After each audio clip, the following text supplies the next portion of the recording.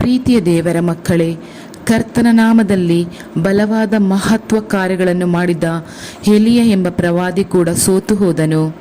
ಯಾಕೆಂದರೆ ದೇಶವನ್ನು ಆಳುವಂತೆ ಮಾಡಿದ ಆಹಾಬನು ಎಂಬ ಅರಸನ ಹೆಂಡತಿ ಇಜಬೇಲಳು ಎಂಬುವಳು ತನ್ನ ದೇವರಾದ ಬಾಳನ ಪ್ರವಾದಿಗಳನ್ನು ಕೊಂದು ಹಾಕಿದ ಎಲಿಯನ ಬಳಿ ಆಳುಗಳನ್ನು ಕಳಿಸಿ ಆತನನ್ನು ಕೊಂದು ಹಾಕುವುದಾಗಿ ಮಾಹಿತಿ ಕಳಿಸಿದಳು. ಅವಳ ಆ ಮಾಹಿತಿಯಿಂದ ಎಲಿಯನಲ್ಲಿ ಭಯ ಉಂಟಾಗಿ ಮನಗುಂದುವಿಕೆ ಬಂದು ಬಿಟ್ಟಿತು.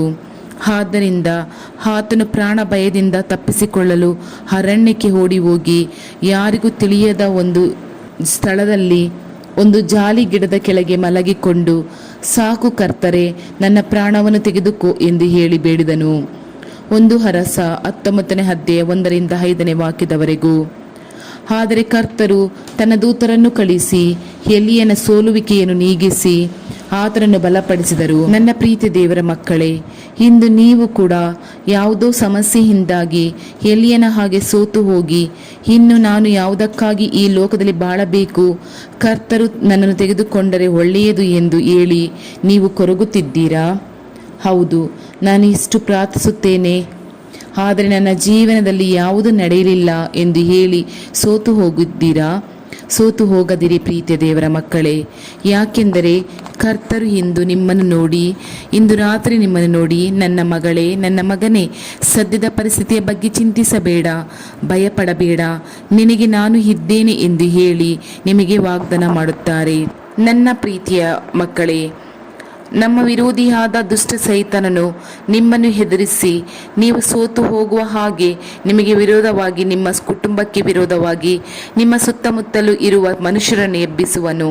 ನಿಮ್ಮ ವ್ಯಾಪಾರಕ್ಕೆ ವಿರೋಧವಾಗಿ, ನಿಮ್ಮ ಕೆಲಸಕ್ಕೆ ವಿರೋಧವಾಗಿ, ನಿಮ್ಮ ಸೇವೆಗೆ ವಿರೋಧವಾಗಿ, ನಿಮ್ಮೊಂದಿಗೆ ಕೆಲಸ ಮಾಡುವ ಸಕಲ ಪುರುಷರನ್ನು ಅಥವಾ ಅಧಿಕಾರದಲ್ಲಿರುವವನ್ನು ಎಬ್ಬಿಸಿ ನಿಮ್ಮನ್ನು ದುರ್ಬಲಪಡಿಸಿ ಸೋತು ಹೋಗುವಂತೆ ಮಾಡಲು ಎಲ್ಲ ಪ್ರಯತ್ನಗಳನ್ನು ಮಾಡುವನು.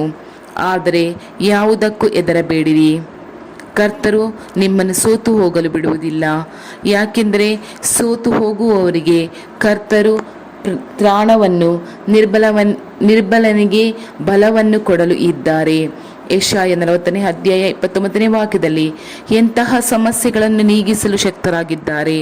ಎಂಥ ಸಂದರ್ಭದಲ್ಲೂ ಕರ್ತರು ಹಾಗೆಯೇ ತಲೆಕೆಳಕಾಗಿ ಬದಲಾಯಿಸಿ ಬಿಡುವರು. ಆದ್ದರಿಂದ ಎಷ್ಟು ದೊಡ್ಡ ಅಧಿಕಾರದಲ್ಲಿರುವವರು ನಿಮಗೆ ವಿರೋಧವಾಗಿ ಎದ್ದು ಬಂದರೂ ಭಯಪಡಬೇಡಿರಿ.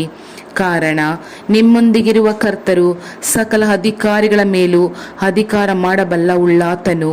ಆದ್ದರಿಂದ ಸೋತು ಹೋಗದಿರಿ. ಕರ್ತರು ಇಂದು ರಾತ್ರಿ ನಿಮ್ಮನ್ನು ನೋಡಿ, ನನ್ನ ಮಗಳೇ, ಮಗನೇ, ಇಂದು ರಾತ್ರಿ ನೀನು ಎದ್ದು ಮುಂದುವರಿಸಿ ನಿನ್ನ ಕಾರ್ಯವನ್ನು ನೆರವೇರಿಸು. ನಿನ್ನನ್ನು ವಿರೋಧಿಸುವವರಿಗೆ, ಎದುರಿಸುವವರಿಗೂ ನಿನ್ನನ್ನು ನಾಶ ಮಾಡಿ ಬಿಡುವೆನು ಎಂದು ಹೇಳುವರು. ತಾವಾಗಿಯೇ ನಾಶವಾಗಿ ಹೋಗುವರು. ಸೋತವನಿಗೆ ತ್ರಾಣವನ್ನು, ನಿರ್ಬಲನಿಗೆ ಬಹುಬಲವನ್ನು ಕೊಡುವ ಕರ್ತನಾದ ನಾನು ನಿನಗೆ ಇದ್ದೇನೆ ಎಂದು ಹೇಳುತ್ತಾರೆ. ಆದ್ದರಿಂದ ಸೋತು ಹೋಗದಿರಿ ಪ್ರೀತಿ ದೇವರ ಮಕ್ಕಳೇ. ಪ್ರಾರ್ಥಿಸೋಣವೇ. ಪರಲೋಕದಲ್ಲಿರುವ ನನ್ನ ತಂದೆಯೇ, ಒಳ್ಳೆಯ ತಂದೆಯೇ, ಸ್ನೇಹಿತನಾದ ಯೇಸುವೆ, ನನ್ನಲ್ಲಿ ಸೋಲುವಿಕೆಯನ್ನು ತೆಗೆದುಕೊಂಡು ಬಂದು ನನ್ನನ್ನು ಕುಗ್ಗಿಸುವ ಸೈತಾನನ ಕ್ರಿಯೆಗಳನ್ನು ಯೇಸುವಿನ ನಾಮದಲ್ಲಿ ನಾಶವಾಗಲಿ. ನಿಮ್ಮ ವಾಗ್ದಾನದ ಆಶೀರ್ವಾದಗಳನ್ನು ನನ್ನ ಜೀವನದಲ್ಲಿ ಸಫಲಪಡಿಸಿರಿ. ನನ್ನೊಳಗೆ ಕಾಣುವಂಥ ಭಯವನ್ನು, ಸೋಲುವಿಕೆಯನ್ನು ನೀಗಿಸಿ ನನ್ನನ್ನು ಬಲಪಡಿಸಿ ನಿಮಗೋಸ್ಕರ ಎದ್ದು ಪ್ರಕಾಶಿಸಲು ನನಗೆ ಕೃಪೆ ನೀಡಿರಿ. ಯೇಸು ಕ್ರಿಸ್ತರ ನಾಮದಲ್ಲಿ ಆಮೇನ್, ಆಮೇನ್ ತಂದೆಯೇ. Thank you Lord Jesus Christ.